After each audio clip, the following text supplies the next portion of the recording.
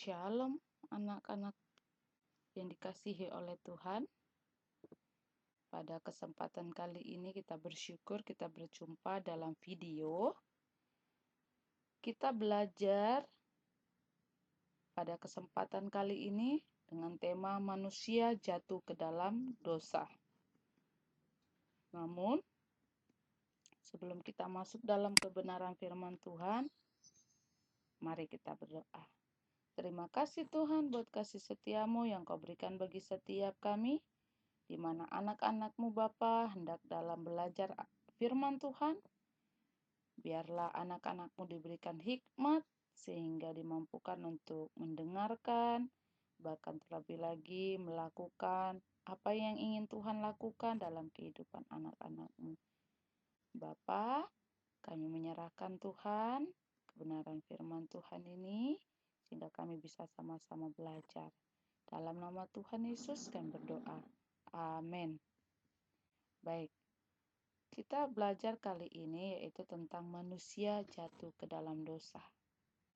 Nah, ketika kita tahu dari gambar ini manusia jatuh ke dalam dosa, mengapa manusia berdosa? Ini adalah satu pertanyaan yang sering kali anak-anak pasti pikirkan. Yang pertama kita belajar itu tentang dari gambar ini adalah Adam dan Hawa. Adam dan Hawa adalah manusia pertama yang diciptakan oleh Allah. Adam jadi manusia pertama dan Hawa diciptakan dari tulang rusuk Adam. Mereka ditempatkan Allah di sebuah taman yang indah, yaitu Taman Eden. Semuanya boleh mereka lakukan, semuanya boleh mereka makan.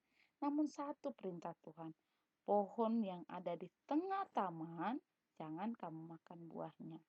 Itu adalah perintah Allah. Nah, Allah menciptakan mereka tuh seturut dengan gambarnya Allah. Tujuannya apa? Untuk mengasihi dan mengerjakan yang baik dan yang benar. Sehingga Adam dikenal sebagai bapa dari semua manusia.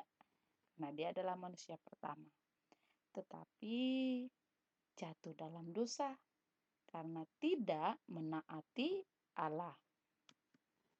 Dalam Kejadian pasal 3 ini kita akan belajar 3 hal anak-anak. Yaitu yang pertama kita akan belajar tentang serangan setan. Yang kedua, kita akan belajar tentang kejatuhan Adam dan Hawa. Dan yang ketiga, kita akan belajar tentang akibat atau hukuman dosa. Nah,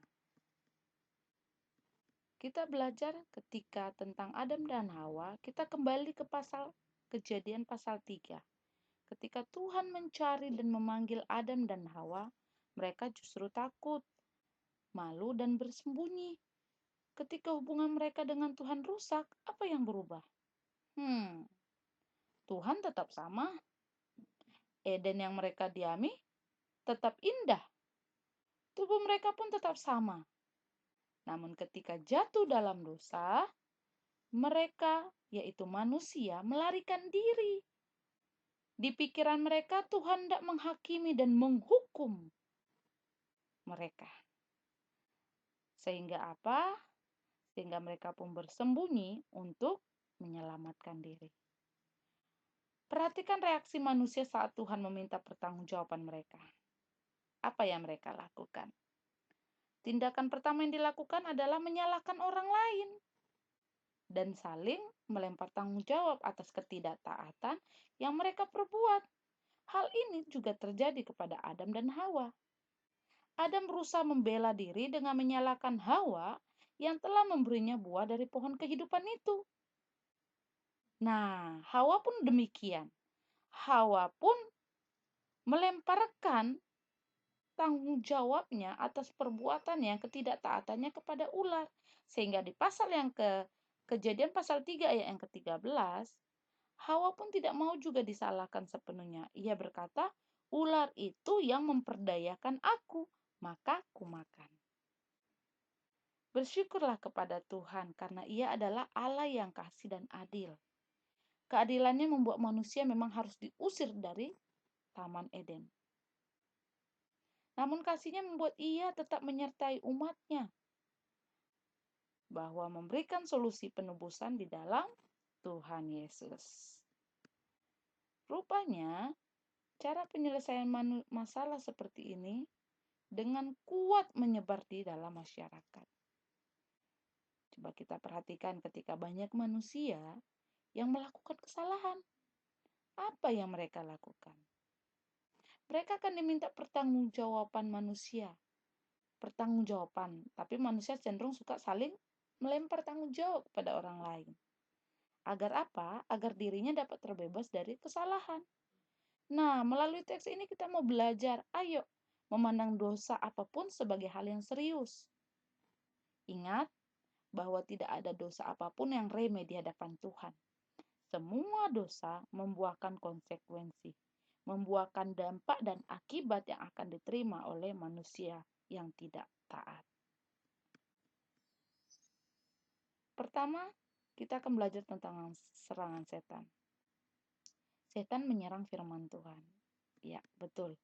Pada ayat 1b, setan menyerang supaya Hawa meragukan firman Tuhan. Itu di 1b. Dalam 1b, Alkitab Indonesia kurang tepat terjemahannya sebenarnya. Kita lihat dalam Alkitab pasal Kejadian pasal 3 ayat 1b dikatakan bahwa ular itu berkata kepada perempuan itu, "Tentulah Allah berfirman, semua pohon dalam taman ini jangan kamu makan buahnya, bukan?" Nah, di sini kalau di NIV, did God really say? Benarkah Allah berkata demikian?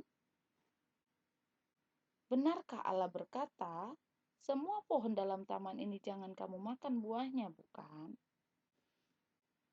Setan mengubah firman Tuhan di ayat pertama ini. Setan mengatakan, semua tak boleh dimakan, katanya. Wah, apa reaksi si Hawa ketika setan pun memperdayakan atau setan pun memakai ayat firman Tuhan? Hawa mengurangi firman Tuhan. Kita lihat dalam Kejadian pasal 3 ayat yang kedua. Lalu saat perempuan itu kepada ular itu, buah pohon-pohonan dalam taman ini boleh kami makan. Tetapi ketika kita bandingkan dalam Kejadian pasal 2 ayat 16 sampai ayat ke-17 dikatakan, lalu Tuhan Allah memberi perintah ini kepada manusia. Semua pohon dalam taman ini boleh kau makan buahnya dengan bebas. Tetapi pohon pengetahuan tentang yang baik dan yang jahat itu, janganlah kau makan buahnya. Sebab pada hari engkau memakannya, pastilah engkau mati. Nah, kita bandingkan dari dua ayat ini. Buah pohon-pohon, dikatakan di sini, buah pohon-pohon dalam taman ini boleh kami makan. Buah pohon-pohon, itu yang dikatakan oleh Hawa. Nah, tetapi dalam Kejadian pasal 2, semua pohon dalam taman ini boleh kau makan buahnya dengan bebas. Tetapi pohon pengetahuan yang baik dan jahat, janganlah kau makan. Ini adalah perbedaan dari dua ayat. Bahwa reaksi Hawa ketika setan yang dipakai dengan wujud ular memakai firman Tuhan, Hawa mengurangi firman Tuhan. Kata semua ditiadakan di sini, di kata ayah Hawa. Seharusnya di sini semua buah pohon boleh kamu makan. Nah, sepintas memang kalau kita lihat penghapusan kata semua ini tidak ada artinya. Tapi sebetulnya ada anak-anak. Kalau ada kata semua, maka penekannya ada pada kasih Allah. Allah mengizinkan memakan semua kecuali satu. Tetapi dengan tidak ada kata semua ini tadi yang disebutkan oleh Hawa, maka penekanan Hawa adalah pada larangan Allah. Nah, cuma larangannya aja, tapi dia tidak menekankan bahwa kasih Allah mengizinkan semua memakan buah yang ada kecuali satu. Hawa menambahi firman Tuhan. Yang kedua, setelah Hawa mengurangi, Hawa juga mengurangi. Di ayat yang ketiga, pasalnya yang ketiga dikatakan, tetapi tentang buah pohon yang ada di tengah-tengah taman, Allah berfirman, jangan kamu makan ataupun raba buah itu, nanti kamu akan mati. Nah,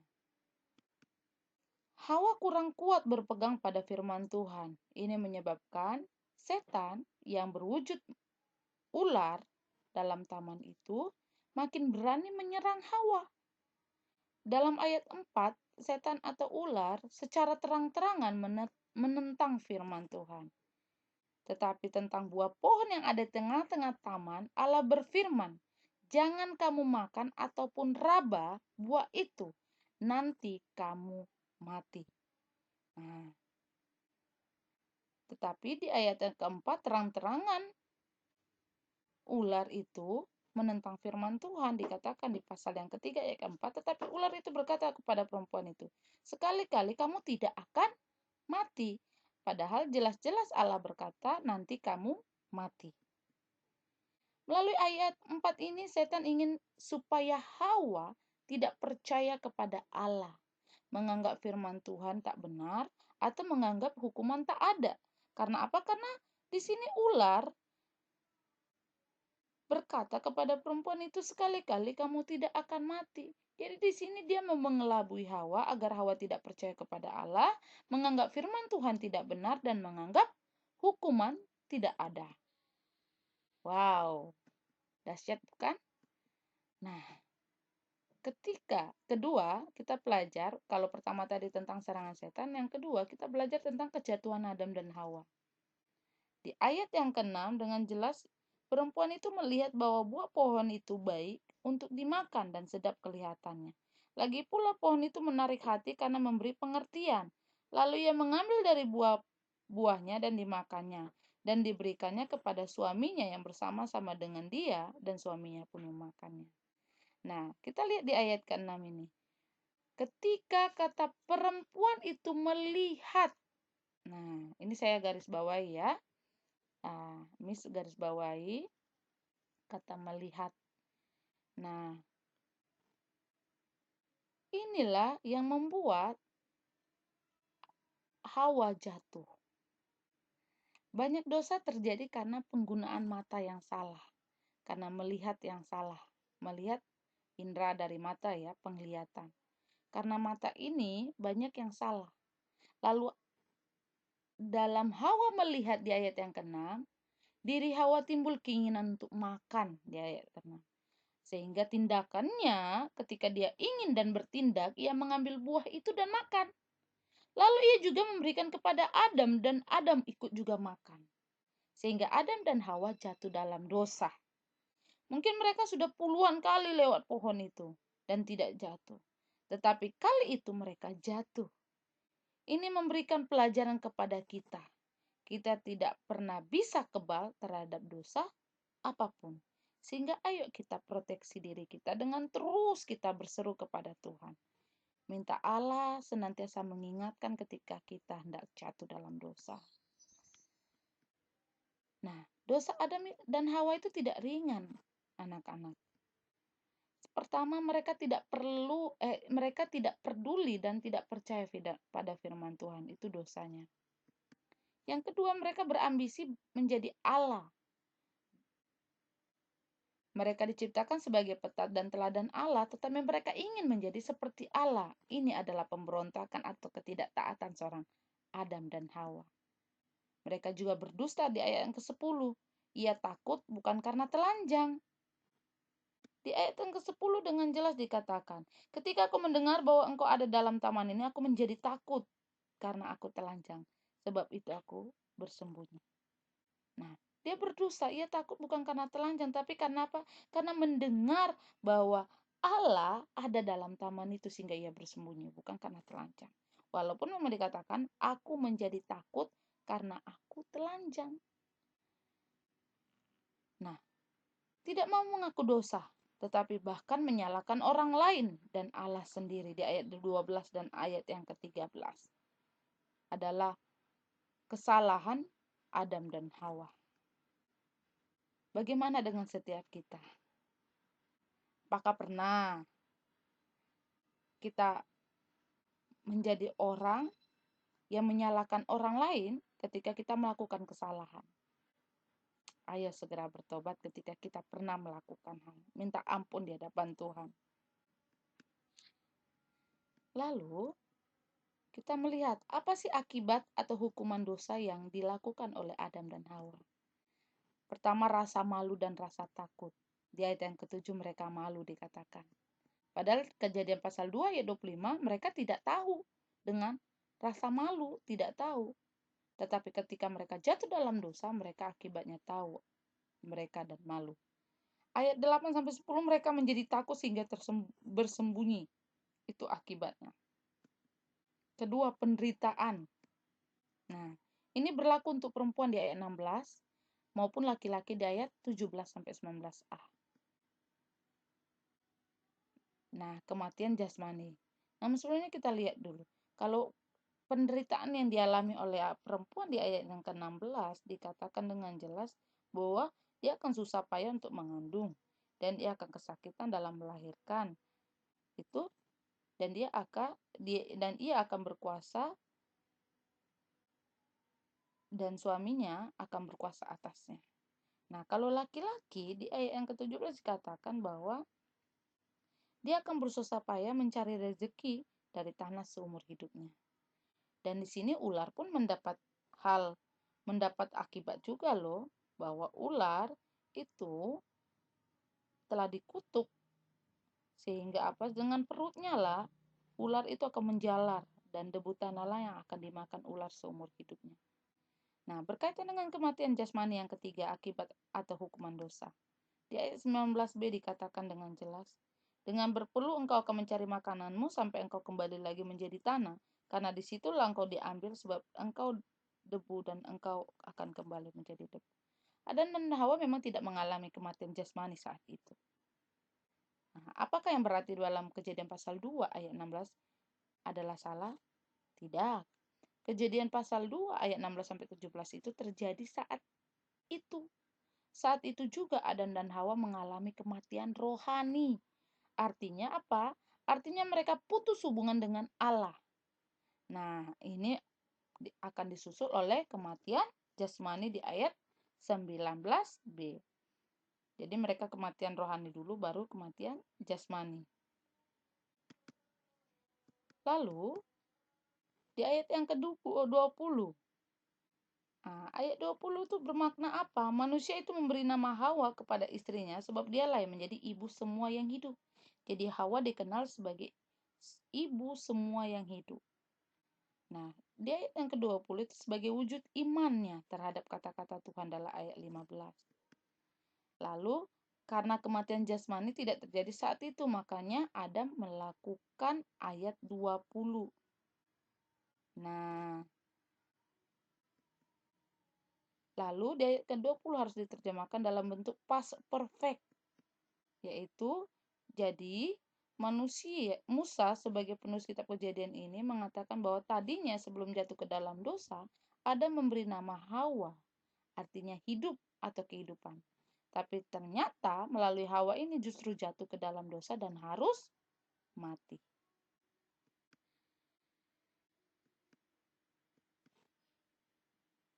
Nah, yang keempat, akibatnya ketika tidak taat dengan Allah, mereka diusir dari Taman Eden. Ayat 22 dan ayat sampai 24. Katakan di ayat 22a, tidak boleh diartikan secara harfiah. Dikatakan ayat 22a, berfirmanlah Tuhan Allah, sesungguhnya manusia itu telah menjadi seperti salah satu dari kita, tahu tentang yang baik dan yang jahat. Nah, kalau tidak boleh di sini, itu adalah ironi atau sebagai ejekan. Artinya, Tuhan mengatakan itu karena Adam dan Hawa percaya pada kata-kata setan di ayat yang kelima. Lalu ayat 22b sampai 24 dikatakan bahwa Adam dan Hawa diusir dari Taman Eden. Sebagai tindakan kasih Allah, Allah tidak ingin mereka hidup menderita selama-lamanya. Dan karena itu mereka dihalangi untuk makan buah pohon kehidupan. Dengan dihalangi, mereka akan mati dan terbebas dari penderitaan. Allah menghalangi mereka makan buah pohon kehidupan karena Allah tidak ingin firman-Nya dalam ayat 19b bahwa manusia harus mati. lalu tidak terlaksana. Kalau mereka makan buah pohon kehidupan, maka mereka tidak akan mati. Dan ayat 19b tidak terjadi. Karena itu Allah menghalangi mereka makan buah pohon kehidupan. Kasih Allah. Kasih Allah sangat luar biasa dalam kehidupan manusia. Di tengah-tengah hukuman yang diberikan Allah, kita masih bisa melihat kasih Allah kepada manusia. Ayat yang pertama yaitu di ayat 14, hukumannya kepada ular menjalar dengan perut dan debu tanah. Tapi kenyataan ular tidak makan debu. Kenapa bisa demikian? Karena makan debu tanah bisa diartikan secara harafiah, yaitu karena menjalar dengan perut, maka pasti ada debu yang masuk ke mulutnya. Nah, kalau kiasan artinya ular direndahkan karena dari debu. Nah, jadi bukan berarti dia makan debu dan tanah, tetapi dua artinya ini ya secara harafiah, yaitu ya karena dia menjalar dengan perut pasti debu akan masuk. Yang kedua, ya secara harafiahnya ular itu sangat rendah atau direndahkan. Ini sebagai hukuman. Nah, apa kesimpulan yang kita bisa ambil dalam kebenaran firman Tuhan kita kali ini? Kita bisa melihat kebencian Allah kepada dosa dan juga keadilan Allah yang menyebabkan ia menghukum dosa. Nah, ini mengajarkan kita untuk tidak meremehkan dosa. Jadi jangan remehkan dosa ya. Jangan lagi tidak taat kepada Allah. Jangan lagi melakukan hal-hal yang tidak disenangi oleh Allah. Kita bisa melihat kebencian Allah. Nah, ini sama ya. Sehingga apa? Sehingga ketika kita melakukan dosa, kita akan dihukum. Nah, kita akan dihukum oleh Allah. Mungkin sekian dalam kebenaran firman Tuhan kita kali ini. Terima kasih buat anak-anak, buat pemuda-pemudi yang sudah menonton. Sehingga ketika sudah selesai mendengarkan firman Tuhan, dengan hikmat yang Tuhan berikan, firman Tuhan bisa menjadi kekuatan baru bagi setiap kita. Kita akan akhiri dengan kita berdoa. Mari kita berdoa. Terima kasih Tuhan buat anugerah-Mu, terima kasih buat kebaikan-Mu. Ketika kami sudah selesai dalam mendengarkan firman Tuhan, biarlah hikmat yang Tuhan berikan bisa menjadi kekuatan baru bagi setiap anak-anak, bagi setiap pemuda-pemudi, bahkan setiap kami yang mendengarkan link video ini. Terima kasih Yesus, terima kasih Bapa. Bapa, berkati setiap apapun yang dilakukan, kesehatan keluarga, bahkan bangsa dan negara kami, pemimpin-pemimpin kami. Biarlah Engkau yang akan senantiasa memberikan roh yang takut akan Tuhan, sehingga kami dimampukan untuk menjauhi kejahatan, tidak melakukan pelanggaran. Dan ketika kami mulai ingin terjatuh dalam pelanggaran atau ketidaktaatan, Roh Kudus pimpin setiap kami, ingatkan kami, sehingga kami dimampukan untuk tidak sampai jatuh tergeletak. Terima kasih Yesus, hanya dalam nama Tuhan Yesus kami berdoa. Amin. God bless you. Tuhan Yesus memberkati. Shalom.